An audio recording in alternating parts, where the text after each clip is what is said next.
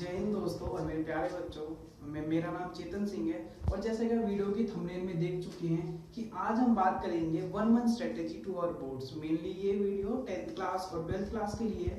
तो इसमें मैं बताने वाला हूँ कि हाँ भाई आप किस तरीके से अपने 1 मंथ में, जैसे आपके पेपर 6 मई या 4 मई कभी से है, तो हम इसमें ये बात करेंगे कि हम 1 महीने में किस तरीके से अपनी तैयारी कर सकते हैं। ठीक है, तो मेन बात तो ये है कि जो आप पढ़ चुके हो अभी तक उसको इतने अच्छे से प्रिपेयर करो, इतने अच्छे से प्रिपेयर करो कि आगे हमें कोई क्वेश्चन ऐसा ना छूटे कि उस टॉपिक में से तुम्हें ना आता हो। और उसमें साथ में एक बात और है कि जैसा नहीं है कि हाँ भाई आप नए टॉपिक पढ़ो कि हाँ भैया कोई बच्चा बोलता है हाँ मुझे तो भाई बायो नहीं आती, मुझे फिजिक्स नहीं आती, मुझे केमिस्ट्री नहीं आती, तो मैं पढ़ूँ। हाँ भाई पढ़ो साथ साथ, पर मेन है कि अगर तुम्हें बायो नहीं आती, फिजिक्स केमिस्ट्री तो आती है, तुम उसमें अच्छा स्कोर कर लो। तो मैं अगर फिजिक्स केमिस्ट्री पेपर में लगभग 50 नंबर की आई तो 50 में से 50 स्कोर करो वहाँ पे, और बचा बाकी का 30 नंबर का पेपर बायो में, उसमें से थोड़ा बहुत तो कर ही लोगे। तो हाँ भाई सही है, 80 में से तुम्हारे 70 या 65 नंबर आ जाएंगे, वो भी नॉर्मल नंबर है, मतलब ठीक ठाक ही है आपके हिसाब से। ठीक है, बाकी ये है कि हाँ भाई बायो भी प्रिपेयर करो धीरे धीरे, पर मेन फोकस वो करो जो तुम्हें आता है। ठीक है, अब देखो कोई बच्चे ऐसे कहते हैं कि हाँ भैया कि कोई लड़की है लड़का कोई भी कि भैया आपने टेस्ट लिया था, खैर मैं बता दूं पहले मैं पढ़ाता हूँ ऑफलाइन बच्चों को, तो वहाँ पर मुझे चीजें कुछ सुनने को मिलती है, तो मैंने इनके साथ ये दिक्कत है, हो सकता है बाकी और बच्चे हो जिनके पास में रीच नहीं हो, उनके पास भी यही दिक्कत हो। तो क्या है कि मैं ये बताना चाह रहा हूँ कि ऐसे कोई बच्चे बोलते कि भैया उसने पढ़ा भी नहीं था तब भी उसके इतने अच्छे मार्क्स आ गए, हमारे नहीं आए। तो ये अपने आपको कंपेयर करना छोड़ दो। ठीक है, ना तो कोई बच्चा नालायक है ना कोई होशियार, भगवान ने सबको इक्वल दिमाग दिया है। ठीक है, पता है मार कहाँ खा जाते हो तुम? मार खाते हो प्रैक्टिस में। प्रैक्टिस में कैसे? जैसे कुछ एग्जांपल ले, तुमने भी अपनी डेली लाइफ में अपने सीनियर्स में एग्जांपल देखे होंगे कि कोई एक बच्चा ऐसा है जो एवरेज है क्लास में, वो 70%, 65%, 75, 75% नंबर ला रहा है, और एक बच्चा ऐसा है जो 90% नंबर ला रहा है। ठीक है, पर बोर्ड एग्जाम में ऐसा देखते हो कि जो 70% वाला है ना वो 90, 95 स्कोर कर जाता है, और 90 वाला आ जाता है 60 पर, 70 पर, 75 पर। तो ऐसे क्यों है? ऐसा सिर्फ एक वजह से है कि तुमने प्रैक्टिस नहीं करी। क्यों भाई? भाई तुम्हें चीज आती है, ठीक बात है, प्रैक्टिस कौन करेगा? ठीक है, practice make a man perfect. Practice से ये चीजें धीरे धीरे तुम्हें और क्लियर होती जाएंगी। हाँ ठीक है भाई तुमने पढ़ लिया, हर चीज कर ली, पर उसको इम्प्लीमेंट कौन करेगा? जैसे मान लो एग्जांपल के लिए 10th क्लास का एग्जांपल मैं लेता हूँ। ठीक है, तुमने हाँ भाई पढ़ लिया कि स्मॉल इंटेस्टाइन की बात करते हैं चैप्टर 6 लाइफ प्रोसेस, कि तुमने पढ़ लिया कि हाँ भाई स्मॉल इंटेस्टाइन है, वहां चीजें एब्जॉर्ब होती हैं, जो ज्यादातर चीजें होती हैं हमारी बॉडी में वो एब्जॉर्ब स्मॉल इंटेस्टाइन में ही होती हैं। ठीक है, अब ये तो तुमने पढ़ लिया। ठीक है, अब एक क्वेश्चन आ गया कि why does goat have larger intestine, larger small intestine than carnivorous और टाइगर और लॉयन, कुछ भी बोल सकते हैं क्वेश्चन में। ठीक है, तो तुमने ये तो पढ़ लिया, अब इस क्वेश्चन का आंसर कैसे लाओगे तुम प्रैक्टिस से लाओगे। ठीक है, प्रैक्टिस करोगे, हाँ भाई तुम 100% कह रहा हूं मैं सक्सेस हो जाओगे। ये जरूरी है 10th क्लास में, 12th क्लास में, दुनिया की किसी भी फील्ड में अगर तुम जाओ, अगर तुम प्रैक्टिस करते हो तो 100%, 100 या 110% की तुम श्योर हो, मैं श्योर हूं कि हाँ भाई तुम सक्सेस हो जाओगे। ठीक है, सबसे पहली बात है लर्निंग एंड प्रैक्टिस। पहले थोड़ा बहुत सीखो, तो वो तो तुम सीख चुके हो, 1 महीना नहीं है तुम्हारे पास कि हाँ भाई तुम सीखो। अब 1 महीना है, कीप डू प्रैक्टिसिंग। ठीक है, हमेशा प्रैक्टिस करते रहो। प्रैक्टिस ही तुम्हारे एक सफलता का मूल मंत्र है कि हाँ भाई प्रैक्टिस करोगे तो तुम्हारे अच्छे मार्क्स आ जाएंगे। ठीक है, उसके बाद क्या है, दूसरी बात ये है कि जो भी तुम पढ़ते हो ना, अब तक तुमने जो पढ़ा है या फिर आगे आने वाले 1 महीने में तुम पढ़ रहे होंगे, ठीक है, उसमें अपना बेस क्लियर करो।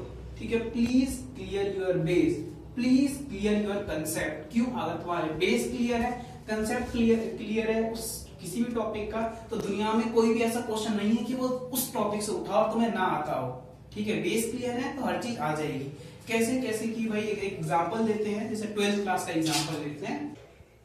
जैसे मैथ में एक चैप्टर है 3D में प्लेन और लाइन आता है। ठीक है, उसमें कुछ बच्चे रटते हैं कि क्या हाँ भाई अगर प्लेन है लाइन है, ठीक है, दोनों के दूसरे के पैरेलल है, तो दोनों का जो मेशअप आएगा वो परपेंडिकुलर होगा। क्यों भाई, क्यों रटते हो तुम? क्या जरूरत है तुम्हें रटने की? जो समझो, कंसेप्ट समझोगे, बेस क्लियर करोगे अपना, तो कभी उस चीज को नहीं भूल पाओगे। अपने आप तुम्हारे दिमाग में इमेज आ जाएगी कि हाँ भाई ऐसा ऐसा ऐसे होता है, तो इनका मेशअप इस तरीके से निकल आएगा। ठीक है, ये तो है कि हाँ भाई बेस क्लियर करो। जरूरी नहीं है कि हाँ भाई 10th के बच्चों के लिए बोल रहा हूँ मैं, 12th के लिए, जितने भी स्टूडेंट सबके लिए मैं बोल रहा हूँ कि अपना बेस क्लियर करो, जिससे तुम आगे अपने आप को कहीं भी ना अटका पाओ, तुम कहीं भी नहीं अटक पाओगे अगर तुम अपना बेस क्लियर करोगे। ठीक है, ये तो बात हो गई बेस क्लियर करने की। उसके बाद है हाँ भाई हम बेस भी क्लियर कर रहे हैं, हम प्रैक्टिस भी कर रहे हैं, तो कितनी देर प्रैक्टिस करें, कितने टाइम प्रैक्टिस करें। तो देखो भाई तुम्हारे पास है 1 महीना तुम्हारे बोर्ड्स के लिए। ठीक है, बोर्ड्स के लिए तुम्हारे पास 1 महीना है। ठीक है, तो तुम्हें क्या करना होगा, तुम्हें हर रोज पढ़ना होगा। ऐसा नहीं कि हाँ भाई अभी भैया अभी तो बहुत टाइम है, अभी तो 4 मई है,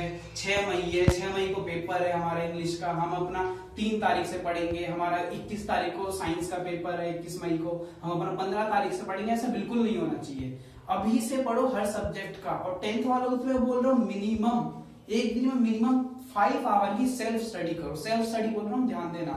क्यों? क्योंकि स्कूल में पढ़ रहे हो अलग है, ट्यूशन में पढ़ रहे हो अलग है, ट्यूशन का कुछ काम मिल रहा है अलग है, स्कूल का काम मिल रहा है अलग है। तुम्हें खुद से सेल्फ स्टडी करनी होगी, तुम्हें खुद से कुछ ना कुछ चैप्टर उठाने होंगे कि हाँ भाई आज मैंने साइंस का फर्स्ट चैप्टर उठा लिया, आज मैंने साइंस का सेकंड उठा लिया, थर्ड उठा लिया, 12 उठा लिया, 16 उठा लिया। या फिर किसी भी सब्जेक्ट का, जरूरी नहीं है साइंस, हमारा एसएसटी है, मैथ है, हिंदी है, इंग्लिश है, आईटी है, बहुत सारे सब्जेक्ट हैं ऐसे। 12th में अगर साइंस स्ट्रीम की बात करूं तो मैं वहां पर फिजिक्स है, केमिस्ट्री है, मैथ है, कंप्यूटर साइंस है, इंग्लिश है, बहुत सारे सब्जेक्ट हैं। तो उनमें से खुद से उठाओ कि हाँ भाई ये चैप्टर मैं कर लूंगा, और कर लूंगा तो मैं इतने कम से कम एक दिन में 5 घंटे तो देने हैं। अब टाइम क्या, कोई बोल भैया हमारे पास तो टाइम नहीं है, ये है वो है, सब कुछ बेकार है। एक बात समझना, excuses are made by incapable person. Excuses वही देता है जो उस काम को करने की योग्य नहीं होता।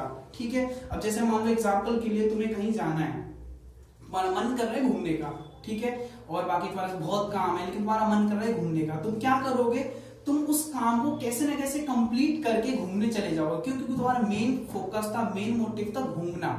ठीक है, वहां तो कोई एक्सक्यूज नहीं कि हाँ भाई आज मेरा बहुत सारा काम है कि मैं नहीं जा पाऊंगा, नहीं कर पाऊंगा। इसी तरीके से पढ़ाई में लाओगे चीजें, तुम्हारा इस समय मेन काम है पढ़ना, तो उसमें कोई एक्सक्यूज नहीं होना चाहिए कि हाँ भैया मेरे घर पर कोई नहीं था इसलिए मैं जल्दी सो गया, खाना बनाया, थक गया, ये वो, ऐसा कुछ नहीं होना चाहिए। ठीक है, तुम्हें बस क्या है, तुम्हारे पास सिर्फ 1 महीना है, 1 महीने में अपने आप को इस तरीके से ढाल लो, इस तरीके से ढाल लो कि तुम एक दिन में कम से कम 5 घंटे पढ़ पाओ। ये तो 10th वालों के लिए कि हाँ भाई मिनिमम 5 घंटे तो सेल्फ स्टडी करनी है। 12th वालों के लिए उनका स्टैंडर्ड थोड़ा हाई है तो उनको अपनी स्टडी और बढ़ाने पड़ेंगे। तो 12th वालों के मिनिमम एक दिन में 6 और 7 आवर सेल्फ स्टडी करना जरूरी है। ठीक है, अगर तुम इस तरीके से अपनी स्ट्रेटेजी अपनाते हो तो यकीन मानिए आपके जितने भी तुम सोच रहे हो ना कि मेरे नंबर इतने आ सकते हैं, उससे 5 to 10% तुम्हारे नंबर इंक्रीज हो सकते हैं। ठीक है, ये ऐसा नहीं है कि हाँ भाई मैं खुद से बोल रहा हूँ, ऐसा कुछ नहीं है, ये प्रैक्टिकल करी हुई बातें हैं। ठीक है, जिसमें खुद अपना एग्जाम्पल दूं। ठीक है, मैंने क्या करा था, मेरे दोस्तों ने हम मिलकर पढ़ते थे तो हमने क्या करा, 10th के मैथ का एग्जांपल देता हूँ। ठीक है, हमारा सिलेबस खत्म हो गया था दिसंबर तक, जनवरी का हमारे पास 2 महीने थे। हमने इस तरीके से प्रैक्टिस करी, इस तरीके से प्रैक्टिस करी कि किसी भी सैंपल पेपर और किसी का भी कोई ऐसा क्वेश्चन नहीं था जो हमें ना आता। ठीक है, और इसी के रिजल्ट के चलते तो बताऊं मेरे या मेरे दोस्तों के सभी के 10th में मैथ में हमारे 10 CGPA आए थे। क्यों? क्योंकि ऐसा नहीं है कि भाई मैं मैथ में धुरंधर हूं, मुझे सब आता है, ऐसा कुछ नहीं है। मैथ में मुझे जो चीज आती थी वहां क्या करा, मैंने प्रैक्टिस करी। आती तो थी ठीक, कुछ नहीं भी आती थी, लेकिन प्रैक्टिस जैसे जैसे मैं करता गया मेरे सारे डाउट्स, सारी चीजें क्लियर होती गई। यही चीज मैं सेम आपसे बोल रहा हूँ, कीप प्रैक्टिसिंग।